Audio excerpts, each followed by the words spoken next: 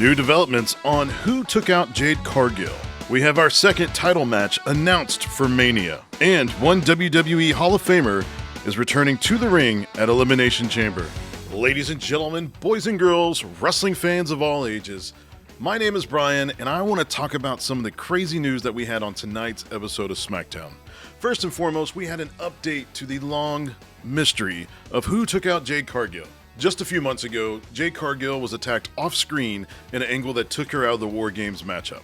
Now, we haven't seen Jade, we haven't gotten an update on Jade since then, only just a mystery on who her attacker was. All we've heard is that Nick Aldis had people looking into it and investigating. Well, guess what?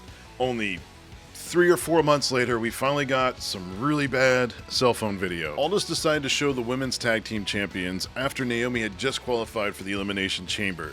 Now, in this video, you can see from far away that Jade is getting loaded into the back of an ambulance. You see Naomi and Bianca running up, going freaking out. What's happening?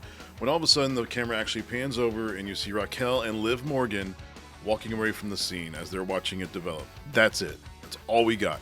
We didn't get this video for 3 or 4 months. Someone who works in news, I've never seen cell phone footage take that long to get out. Right now, that's all we have. We just have Liv and Raquel were at the scene of the crime, but as Bianca and Naomi said, they already knew this. We saw them later on in that show when she was taken out, so we knew that they were in the arena. So we still don't know who took her out. Bianca and Naomi said they were going to confront Liv and Raquel about it on Raw. Obviously, this is just going to feed more into the tag team feud. My guess is once Elimination Chamber is over, we'll have a better directive. But we finally got an update. It only took 3 months. But you know what didn't take 3 months? Charlotte Flair declaring who she wants at Mania. On this episode of SmackDown, you had Nia Jax going one-on-one with Tiffany Stratton for the WWE Women's Championship. Both Tiffany and Nia put on a great match, and the match was actually ended by disqualification when Candice LeRae got involved when she saw that Tiffany Stratton was going to beat Nia. So after the bell rings, Candice and Nia both start attacking Tiffany. That's when WWE Hall of Famer Trish Stratus slides into the ring and makes the save to help Tiffany. But as she's doing so, Nia and Candice get the better of the situation and attack Trish. And they leave both Trish and Tiffany lying there. As they're walking away, none other than Charlotte Flair's music hits. Charlotte takes her time coming down to the ring. She unfolds a chair, sits it right next to Tiffany, and she declares that she challenges Tiffany Stratton for WrestleMania for that WWE Women's Championship. Now, I think a lot of us saw this coming, and we kind of figured that it was going to be Tiffany and Charlotte. The crazy thing to me is that they thought Charlotte could come back as a face. Now, I don't know if they thought that or if that's just what Charlotte wanted. I could see it on paper, returning decorated champion, coming back after a big injury. She's going to get a hero's welcome, and she's going to be challenged by this little snotty brat of a character in Tiffany.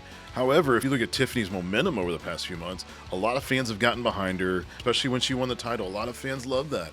So I'm glad they're making the change. I'm glad they're seeing that Charlotte Flair is going to be the natural heel, as she always is, and that Tiffany is going to be the underdog in this match severely compared to Charlotte. And so the fans are going to be right behind her. I think it's going to be a great WrestleMania matchup.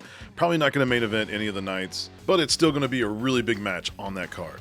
Later on SmackDown, we actually see Trish and Tiffany talking backstage. Trish makes an offer to Tiffany to get some revenge on Nia and Candice at Elimination Chamber. I think it's a smart matchup. It's not going to be a barn burner by any means, but you let Tiffany get the rub from Trish and get that babyface momentum going into Mania against Charlotte, and you let Nia and Candice get some momentum as a heel tag team, because my guess is they're probably going to have something to do with the tag team scene going into Mania, or at least after Mania. Some other matches that came out of this episode of SmackDown is next week we're going to have DIY taking on Pretty Deadly once again, except this time DIY will actually have their in-ring gear. And then we also got LA Knight beating The Miz to become the #1 contender for the US Championship. And finally wrapping up SmackDown, we also got our next entrant into the men's Elimination Chamber match. In a triple threat between Jacob Fatu, Braun Strowman, and Damian Priest. After a little bit of shenanigans involving Bloodline members and Cody Rhodes, Damian Priest got the pinfall on Braun Strowman, and he is now qualified for the Elimination Chamber match, where the winner will go on to face Cody Rhodes at WrestleMania. Now, all the shenanigans going on outside the ring, that basically had Solo coming out to take out Braun Strowman to help Jacob in the triple threat. That's when Cody Rhodes came out to attack Solo for payback from last week. But during all this, Solo accidentally hit Tama Tonga, which Jacob saw And before anything could pop off between Solo and Jacob, who we did see some tension with throughout the night, Damian and Cody both broke it up. Damian got back in the ring, and that's when he won the match. So that's it for you guys. We had 2 people qualify for Elimination Chamber matches, and Damian Priest and Naomi. We also had future matches set up, potential title matches, as well as an announcement of a tag team match for Elimination Chamber with Trish Stratus. And not to mention our women's WWE Championship match at Mania being set with Charlotte Flair and Tiffany. So what do you guys think about that? Let me know down in the comments. I'd love to hear some of y'all's opinions on that. Also, guys, I need you to like and subscribe.